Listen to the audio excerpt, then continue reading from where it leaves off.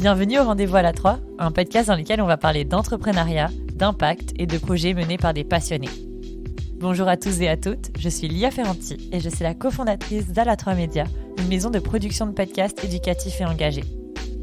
Chaque semaine, nous écouterons les témoignages inspirants d'entrepreneurs qui ont créé des organisations ayant un impact positif sur la société. Chaque épisode est le récit de personnes ayant osé sortir des sentiers battus, prendre des décisions audacieuses et qui ont finalement réussi à réaliser leurs rêves tout en faisant une différence positive dans le monde. Nous sommes convaincus que chaque histoire peut inspirer, motiver et transformer notre manière de concevoir l'entrepreneuriat. Alors si vous voulez découvrir comment entreprendre à votre tour en faisant une différence pour la société, rejoignez-nous. Bonne écoute!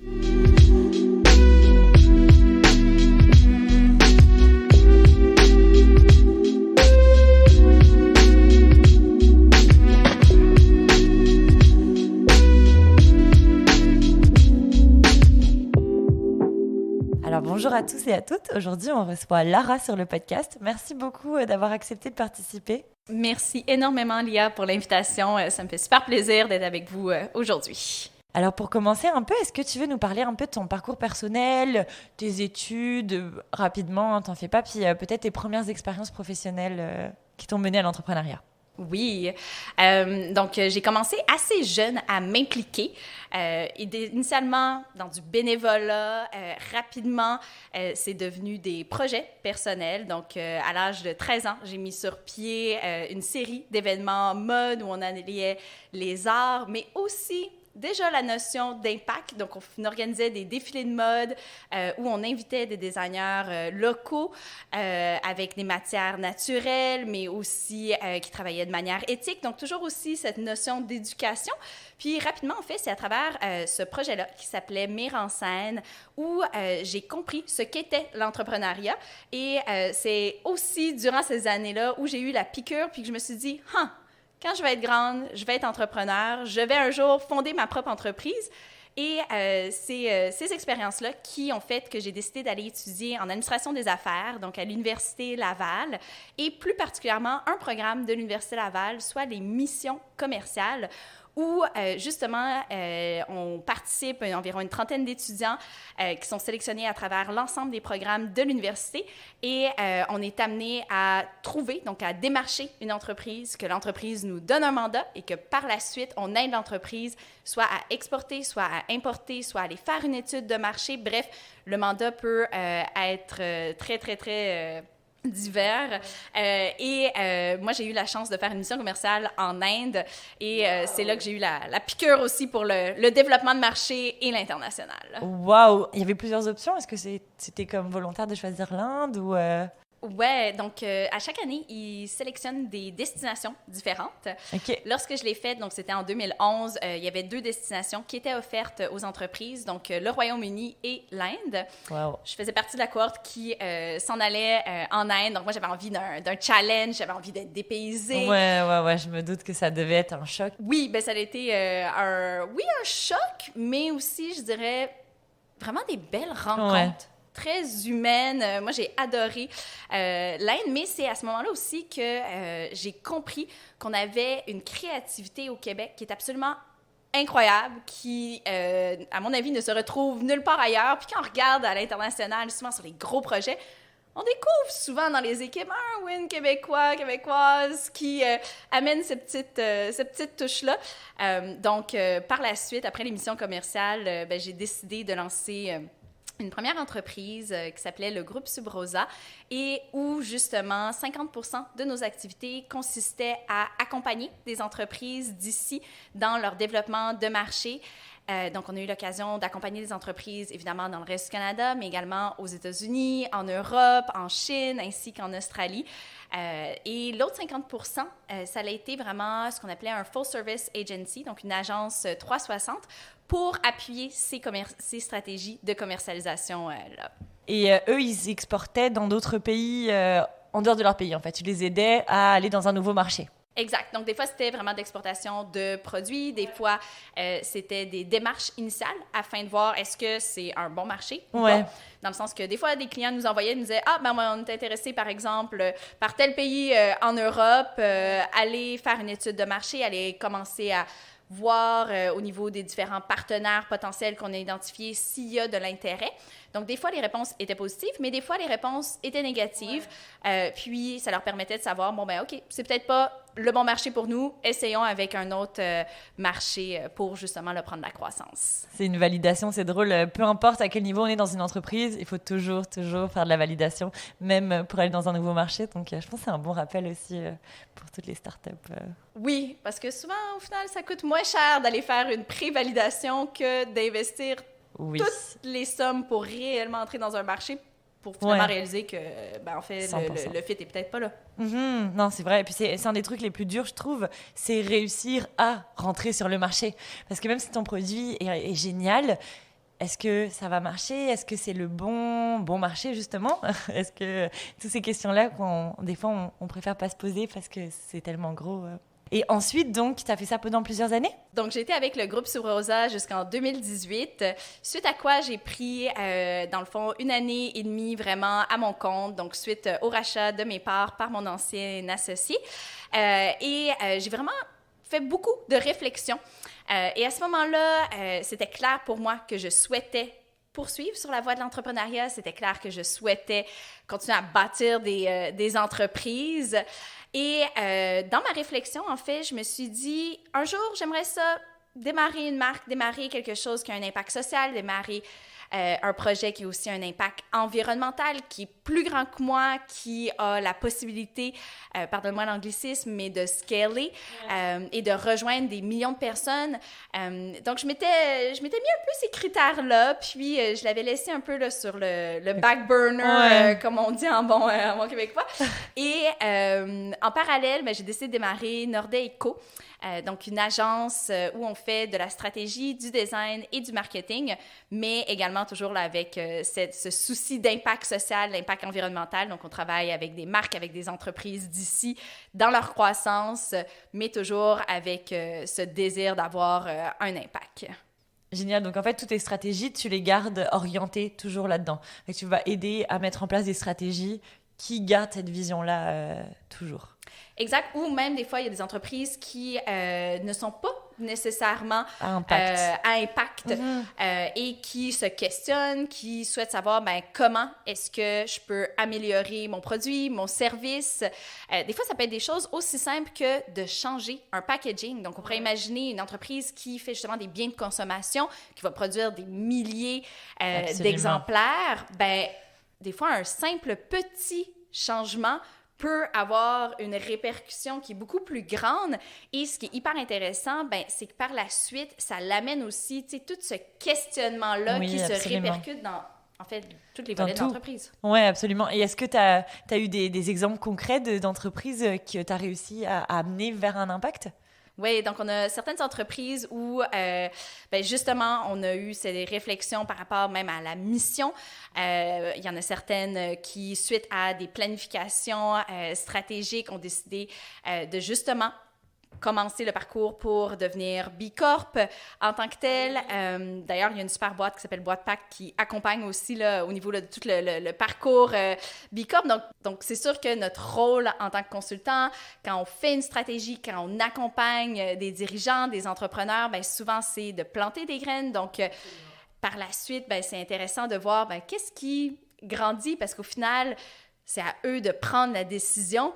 Mais je te dirais, il y a la question d'impact, que ce soit social, que ce soit environnemental, à mon avis, ce n'est plus un choix ou une question aujourd'hui.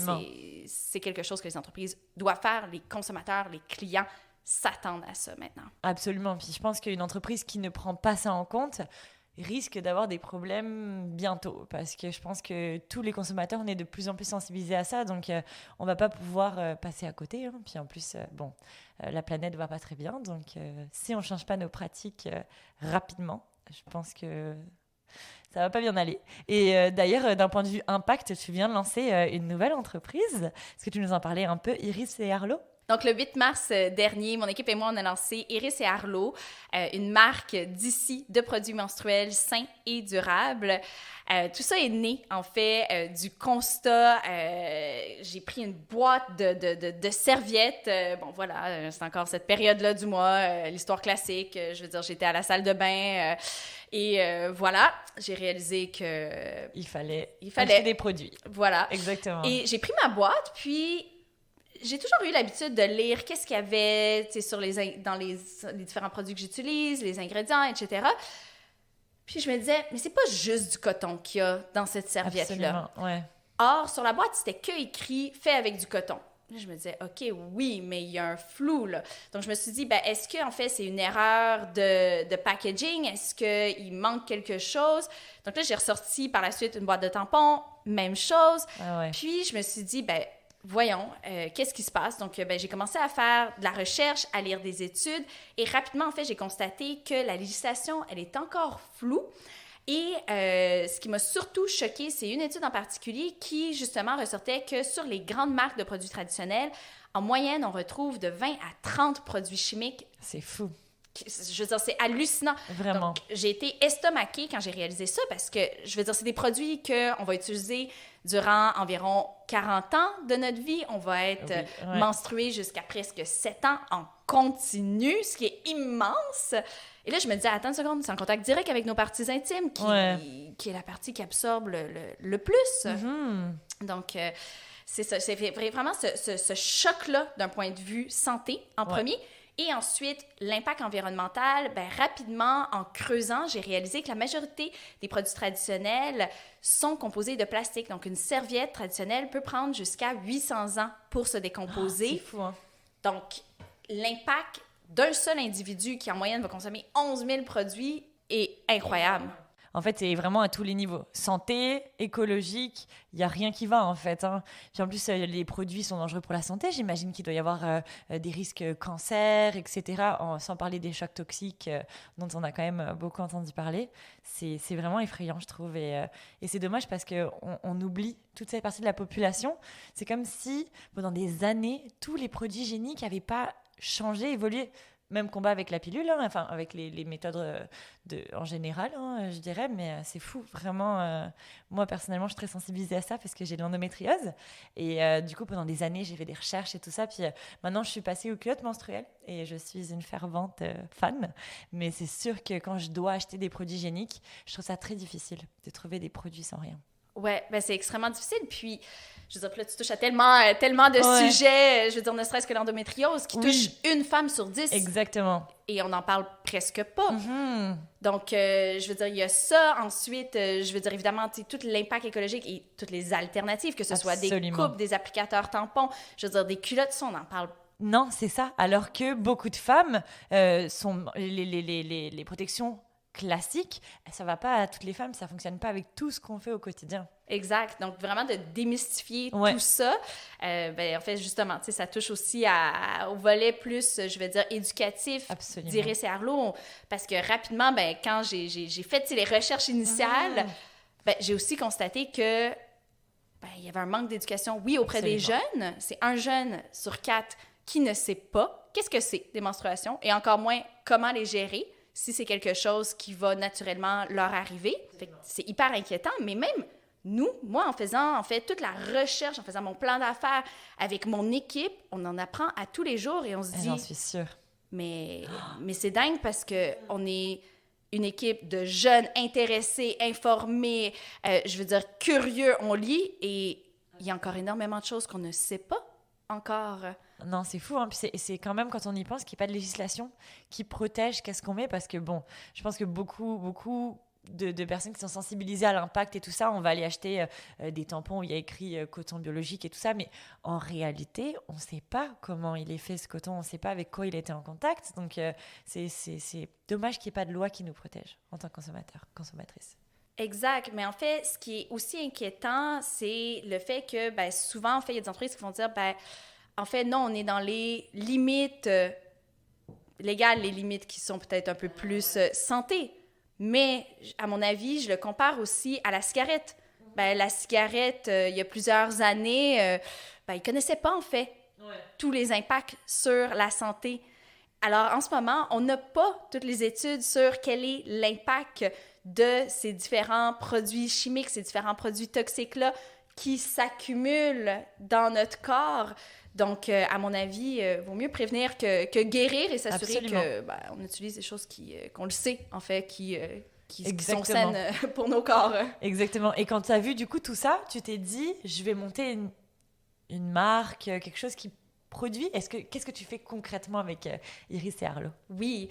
Donc, concrètement, quand j'ai fait l'ensemble de ces constats-là, je me suis dit... T'es tombée de ta chaise? Oui, je suis carrément tombée de ma chaise parce que là, on n'a même pas parlé encore de précarité menstruelle. Oui, Mais ça a été, en fait, je me suis dit, si cette marque-là n'existe pas, si il n'y a pas d'alternative, je vais fonder une entreprise à impact social, à impact environnemental pour aider à résoudre cet enjeu. Donc, concrètement, Iris et Arlo, on propose 3 gammes de produits. Donc, les produits qu'on dit à utilisation unique, donc tampons avec et sans applicateur, serviettes de jour, de nuit, protège-dessous, qui sont faits avec du coton 100% bio et des matières qui sont biodégradables pour, évidemment, diminuer l'impact sur l'environnement. La raison qu'on a décidé d'offrir cette première catégorie-là, c'est le fait que c'est encore ce que la majorité... Mais oui, puis le temps que les mentalités et que tout le monde change, il va falloir fournir des produits quand même. Et même en étant des consommatrices, je pense que toi aussi, de produits écologiques, d'hygiène, quand même, il y a des moments où on n'a pas le choix. On n'a pas le choix, il faut aller acheter quelque chose, puis on n'a pas d'alternative. Exact. Donc, c'est pour ça qu'on a décidé d'offrir, oui, à utilisation unique, mais on offre aussi, en fait, toute une catégorie de produits réutilisables. Donc, par exemple, coupe, un applicateur tampon réutilisable et une série de culottes. Donc, pour aider aussi les gens à doucement faire cette transition-là. Puis, ce qu'on a réalisé aussi, c'est qu'il y en avait beaucoup qui vont utiliser les deux selon les situations. Et la troisième catégorie, en fait, c'est justement tout ce qui touche au bien-être, à la gestion de la douleur et à l'éducation. Donc, par exemple, on va offrir des masques thérapeutiques, des compresses, mais aussi des jeux de cartes un peu plus ludiques pour les jeunes qui ont leur première règle et qui découvrent tout ce que ça l'implique. Absolument. Donc, en fait, vraiment un volet éducation et un volet produit. Exact. Puis, au niveau de notre volet produit, évidemment, on offre des produits, en fait, pour monsieur, madame, tout le monde. Donc, vraiment, via notre site web, avec la possibilité d'abonnement chez différents détaillants, mais aussi au niveau corporatif. Parce que quand j'ai justement plongé dans le sujet, j'ai réalisé que ça allait bien au-delà même des questions de santé, au-delà des questions environnementales. C'était aussi une question d'équité et d'inclusion. Puis, rapidement, on se disait, ça fait pas de sens. On va dans une entreprise, dans un lieu public, dans n'importe quel milieu de vie, il y a du papier toilette, il y a du savon à main. Tu ne te poses pas la question, il va y avoir du café.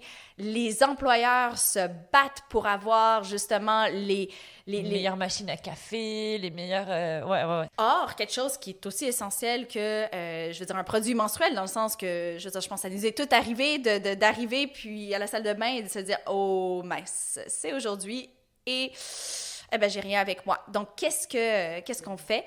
À ce moment-là, on s'est dit, avec Iris et Arlo, on a développé une solution qui est clé en main pour les employeurs. Donc, on leur offre carrément, on a développé nos propres distributrices, donc 2 lignes différentes de distributrices pour qu'ils puissent justement être mis en libre service. Ils sélectionnent par la suite le type de produit qu'ils souhaitent offrir. Il y a aussi la possibilité d'offrir des produits réutilisables et certains employeurs ont décidé d'emboîter le pas dans cette direction. Sinon, ils peuvent choisir tampons, serviettes, etc. Et on les accompagne vraiment dans l'implantation de cette mesure-là parce que la réalité, Lia, c'est qu'il y a encore un tabou autour du sujet. Mais de moins en moins, on voit qu'il y a une ouverture, on voit que, en fait, souvent, c'est une question que les gens y ont juste pas pensé. Puis je pense que ça doit se refléter aussi dans le milieu des affaires, parce que je pense qu'il y a beaucoup encore d'hommes qui sont des patrons. Et c'est sûr que c'est quelque chose auquel ils vont pas penser. Et j'imagine que plus il va y avoir des femmes entrepreneurs, plus c'est quelque chose qui... C'est sûr, en tout cas, tu vas me dire si j'ai tort, mais ça devait être toutes des femmes entrepreneurs, celles qui ont embarqué. On a plusieurs hommes aussi quand même. Qui sont embarqués, mais je dirais on a été assez surpris. Je les compte sur les doigts d'une main. Le nombre d'entreprises avec qui on a échangé et qui mettaient déjà, par exemple, un panier ou encore une petite pochette avec des produits dans leur salle de bain. Donc, très peu encore y avaient réfléchi. Mais souvent, justement, quand on présente le mouvement, quand on présente la solution, ben, ils se disent, ouais, en fait, c'est évident, il faut. Puis, tu sais, c'est une mesure qui ne coûte pas non plus hyper cher pour l'impact que ça a. Puis c'est drôle, j'ai une anecdote par rapport à ça qui me fait vraiment rire quand j'y repense. Une fois, j'ai eu mes menstruations pendant que j'étais dans l'avion. Puis là, j'avais rien pris parce que ça arrive, en fait, on peut avoir... Je crois que c'est le changement de pression qui peut déclencher. Donc, moi, je suis très organisée d'habitude, donc ça ne devait pas arriver. Donc là, j'ai été prise au dépourvu. Et donc, qu'est-ce que j'ai fait? J'ai demandé à une hôtesse de l'air. Déjà, ça m'a pris tout mon petit change d'aller demander à une hôtesse de l'air si elle avait une protection, si quelqu'un en avait une à me prêter. Elle a fait le tour, ils n'avaient pas une seule protection sur place. Donc j'ai dû attendre d'arriver à l'aéroport. Et à l'aéroport, personne ne vendait de protection hygiénique. Les seuls endroits où il y en avait, c'était des distributeurs avec des tampons et il fallait avoir une pièce de 1 euro pour pouvoir l'activer. Mais quand on voyage et qu'on arrive d'un autre pays, déjà, personne a un 1 euro exactement pour sortir ton tampon. Donc, qu'est-ce que tu fais? Et là, vraiment, l'absurdité de la situation m'a tellement choquée. Je me suis dit, mais c'est sûr que je ne suis pas la seule en ce moment qui a ce problème et aucune ne peut s'acheter de tampons. C'est quand même ahurissant quand on y pense en 2023. C'était l'été dernier. Incroyable. Mais en fait, t'es loin d'être la seule. Il y a quelques jours, en fait, j'ai donné un TEDx et j'ai parlé justement de menstruation. Et à la fin, il y a 2 jeunes filles qui viennent me voir et qui me disent, en fait, c'est ironique parce que, aujourd'hui même, en me rendant sur le lieu, mes menstruations se sont déclenchées.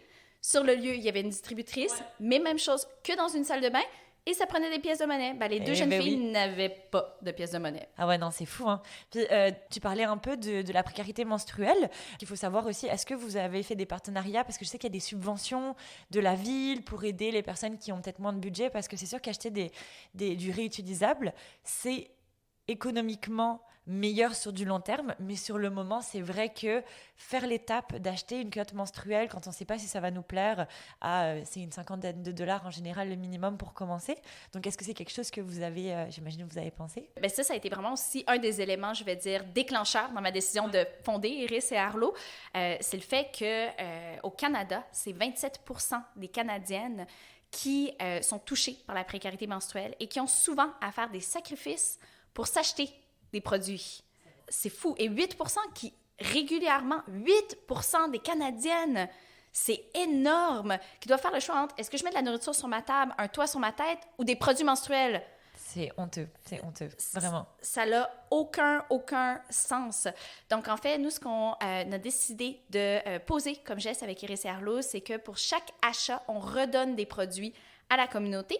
Donc, on a des partenariats avec différents organismes qui, justement, travaillent avec une foule de types de clientèle et on travaille de concert afin de voir, justement, quels sont les besoins de ces clientèles-là, quel type de produits, en fait, sont les mieux adaptés parce que c'est pas tout le monde qui va utiliser le même type de protection. Pour certains, c'est des culottes, pour d'autres, ça va être plus des serviettes, etc. Donc, c'est vraiment de cette façon-là qu'on travaille. Évidemment, on est vraiment pour le fait que les différentes municipalités offrent et continuent peut-être d'augmenter le budget pour les protections réutilisables. Donc ça, c'est une super initiative, mais souvent, en fait, ce qu'on voit, c'est que dès que les budgets sont ouverts, ils se vident rapidement. C'est ça, mais clairement, c'est parce qu'il y a un besoin. Hein. Et il serait temps aussi que des pays comme le Canada emboîtent le pas à d'autres pays qui remboursent les produits d'hygiène parce que oui, c'est sûr que c'est clairement pas un luxe, mais c'est un privilège qu'on a d'avoir les budgets de pouvoir s'acheter des culottes menstruelles, mais ça ne le devrait pas parce que c'est quand même essentiel. Définitivement, mais il y a encore beaucoup à faire. Je veux dire, ça fait pas si longtemps que ça que les produits menstruels ne sont plus taxés au Québec. On parle de 2015.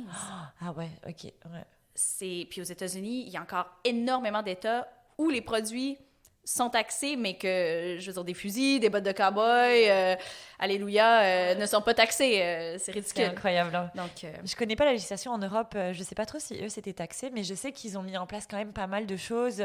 L'Écosse, il me semble, rembourse maintenant les produits menstruels et tout ça.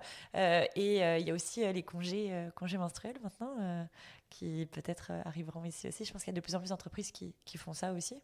ouais, donc c'est ça par rapport à tout ce qui est l'accessibilité des produits. On voit de plus en plus de pays, justement, comme l'Écosse, qui ont mis en place carrément des législations qui obligent certains lieux à offrir ce type de produit-là, ce qui est génial parce qu'au final, c'est vraiment une question d'équité, c'est une question d'inclusion, mais aussi de pleine participation socio-économique parce que ça peut sembler bidon, mais si tu n'as pas accès à un produit menstruel, que tu te retrouves avec tes règles, ben nécessairement, que tu sois une jeune fille, que tu sois une maman, que, je veux dire, tu sois en train de travailler, ben nécessairement, ça devient ta priorité oui, et tu absolument. ne peux plus.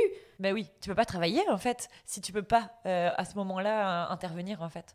Exact, donc tu vas nécessairement soit aller déranger une collègue ou si tu n'as pas nécessairement de collègue ou tu es trop gêné parce qu'il y a aussi toute cette question taboue, ben tu vas devoir sortir, tu vas perdre du temps, donc ça dérange énormément. Donc oui, il y a eu ce type d'initiative-là qui est vraiment génial en tant que tel. Et par rapport à toute la question, en fait, des congés menstruels, évidemment, l'Espagne a été... on en a beaucoup entendu parler. C'est encore quelque chose qui ne fait pas l'unanimité. Mais je pense, en fait, que ça s'imbrique aussi un peu plus de manière globale, ce désir d'aller chercher une bienveillance, un bien-être dans les milieux de travail en tant que tel. Puis c'est sûr que ça peut causer des débats, les congés menstruels, mais c'est sûr que c'est un geste. C'est peut-être le geste qui permet d'ouvrir les yeux sur un réel problème. Puis d'ailleurs, en parlant d'inclusion et d'accès aux produits menstruels, le podcast de Parler pour comprendre avait interviewé Monthly Dignity, qui est une association justement pour la précarité menstruelle. Donc, pour ceux que ça intéresse, je vous recommande vraiment d'aller voir qu'est-ce qu'ils font. C'est sûrement pas les seuls aussi à traiter de ce sujet. Et par rapport à l'aspect plus... tout ça, on s'entend, ça marche quand tu n'as pas de douleur, mais après il y a tout l'aspect de la gestion de la douleur, parce que oui, avoir des protections sur le moment, mais après il y a aussi être capable de fonctionner en ayant ces menstruations.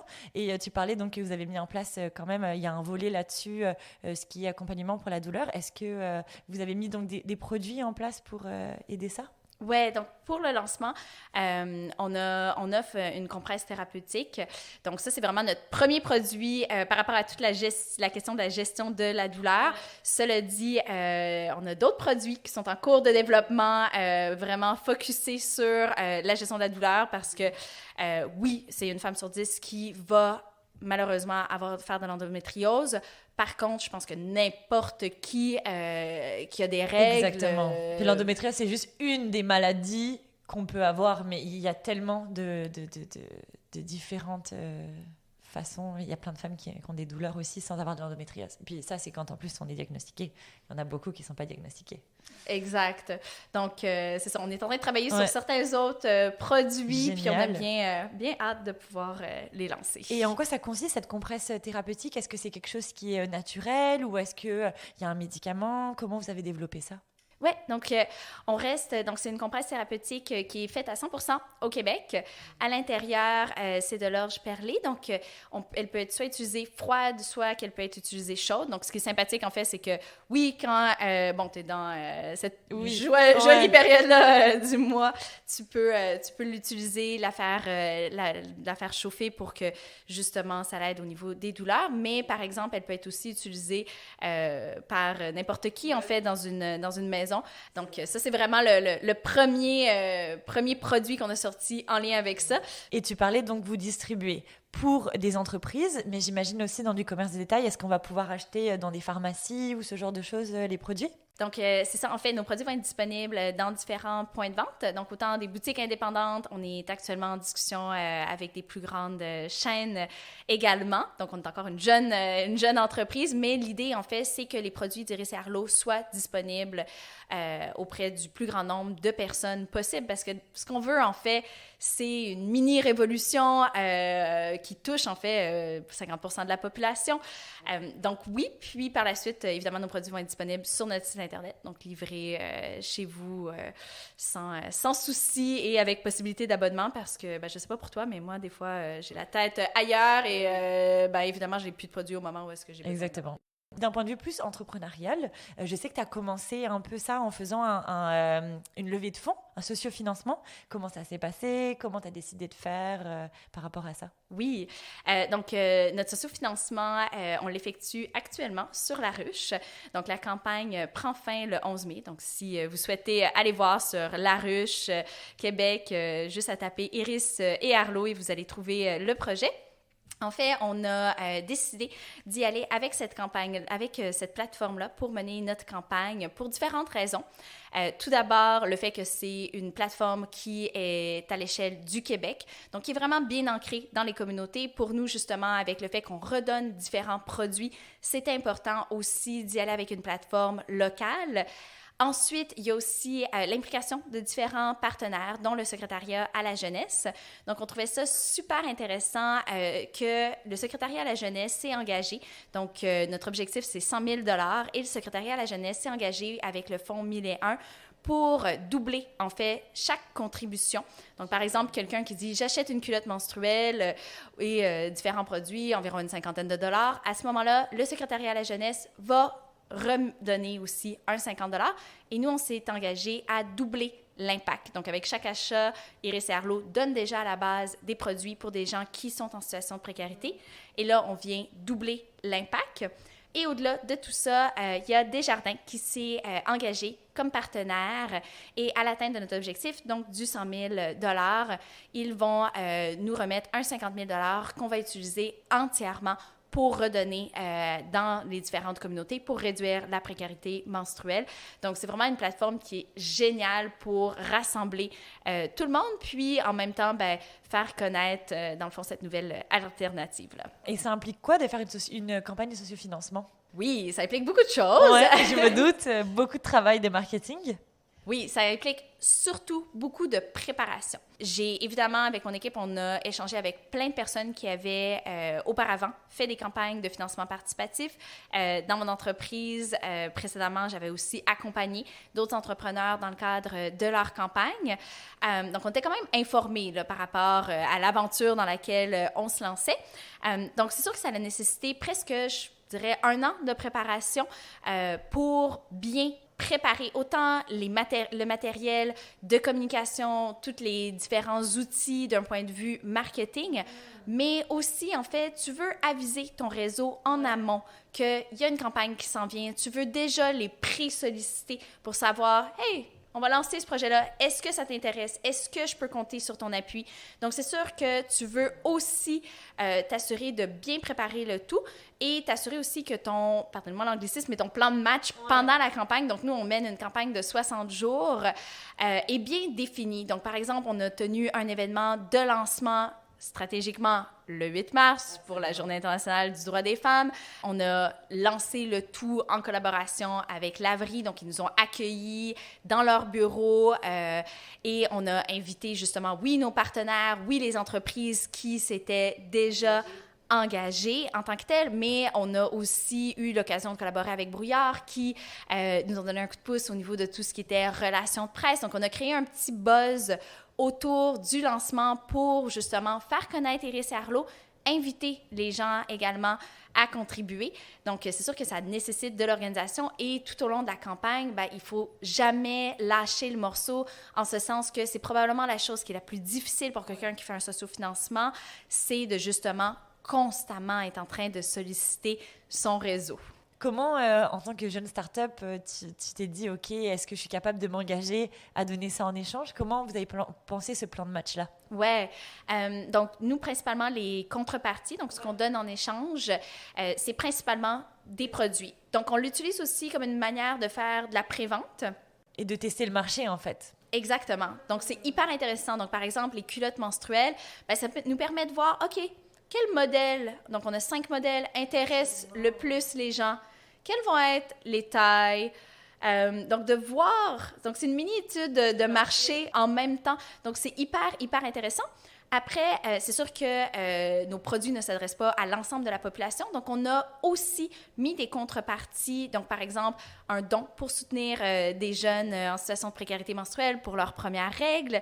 Mais on a aussi organisé un concours. Donc, par exemple, les gens peuvent donner un 35 $ et courent la chance de gagner des prix qui valent bien au-delà d'une centaine de dollars de différentes entreprises. Donc, on a vraiment essayé de penser, OK, dans la globalité, si on cherche à rejoindre l'ensemble des personnes pour maximiser, en fait, notre campagne, comment est-ce qu'on fait? Donc oui, c'est sûr qu'il y a un travail de réflexion, puis il faut se faire une petite stratégie.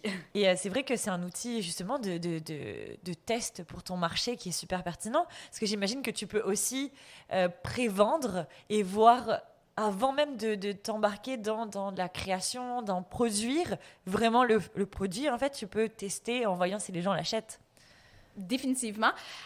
Puis, ça permet aussi d'ouvrir des portes, dans le sens que je pense que souvent les gens le sous-estiment comme, je vais dire, la campagne comme outil de communication, dans le sens que c'est aussi un prétexte pour des fois entrer en contact avec des organisations, des fois par exemple des points de vente ou autres qui autrement, ben, on n'aurait pas nécessairement l'occasion de les contacter.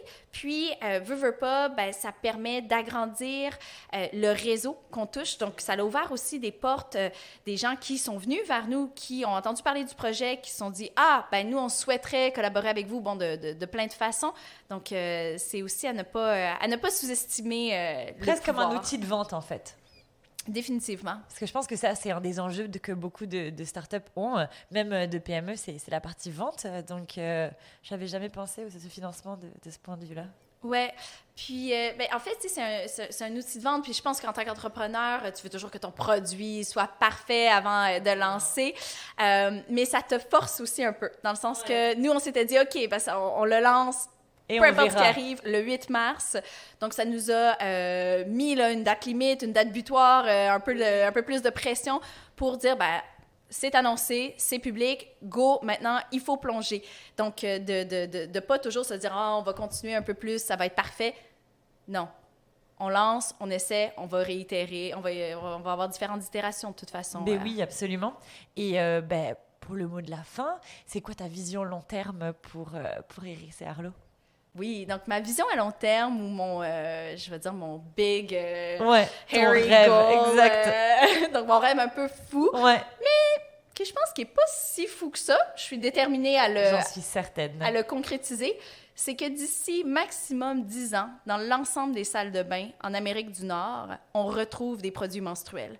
Que les prochaines générations n'aient plus à se poser la question, est-ce qu'il va y en avoir ou pas, mais que ce soit tout simplement une évidence que oui, il va y avoir des produits menstruels et aussi, évidemment, que l'on réduise du même coup la précarité. J'appuie ton message et ta vision. Je pense que c'est vraiment essentiel. Et peut-être pour finir, qu'est-ce que tu dirais à la Lara d'il y a 10 ans? Qu'est-ce que tu lui dirais par rapport à tout ce qui va arriver?